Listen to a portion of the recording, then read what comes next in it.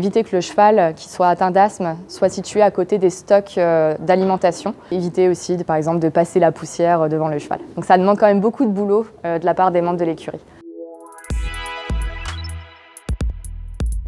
L'asthme chez le cheval est caractérisé par différents signes cliniques, de la toux, du jetage nasal, des contre-performances et dans sa forme sévère, vraiment une détresse respiratoire au repos.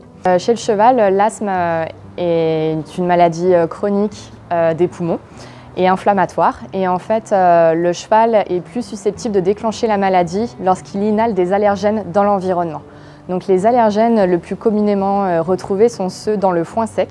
C'est pour ça que pour ces animaux, il y a vraiment des recommandations environnementales qui sont très importantes et parfois difficiles à suivre à la maison, à l'écurie. Il s'agit avant tout de vraiment limiter au maximum l'exposition aux allergènes. Donc limiter la poussière contenue dans le foin, la poussière contenue dans le box avec la litière. Donc dans l'idéal, ces chevaux-là, ces chevaux asthmatiques devraient vivre à l'extérieur au pâturage. Si ce n'est pas le cas, si c'est compliqué, il faut trouver des substituts de litière et des substituts d'alimentation. Il faut éviter au maximum la paille et plutôt s'orienter vers une litière de copeaux de bois.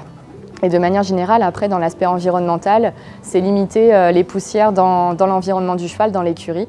Donc favoriser l'aération de l'écurie, éviter que le cheval qui soit atteint d'asthme soit situé à côté des stocks d'alimentation.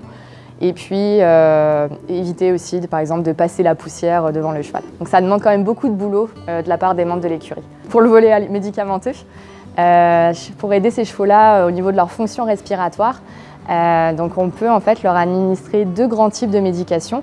Le premier, c'est des corticostéroïdes qu'on peut donner à la fois par injection intramusculaire, par la bouche ou alors par inhalation.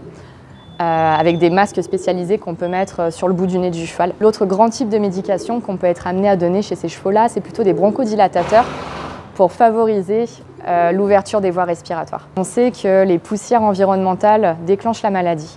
Maintenant, quoi dans les poussières exactement? Il pourrait y avoir une composante de certaines bactéries, de certains champignons, ou de certains allergènes environnementaux, comme des pollens ou des allergènes d'arbres. Dans sa forme les plus légères, l'asthme léger à modéré, ça peut atteindre des chevaux de tout âge. Et puis, si on arrive à gérer l'environnement et si le cheval a une bonne réponse médicamenteuse, c'est quand même des chevaux qu'il ne faut pas condamner et qui sont capables de performer ensuite en compétition ou avoir une vie de cheval de loisir de propriétaire. En revanche, la forme sévère est beaucoup plus contraignante et difficile à juguler. On peut être amené à mettre fin à une carrière sportive. Et aussi pour cette forme sévère, c'est une maladie qui atteint les chevaux plus âgés. On commence à la suspecter à partir de l'âge de 15 ans.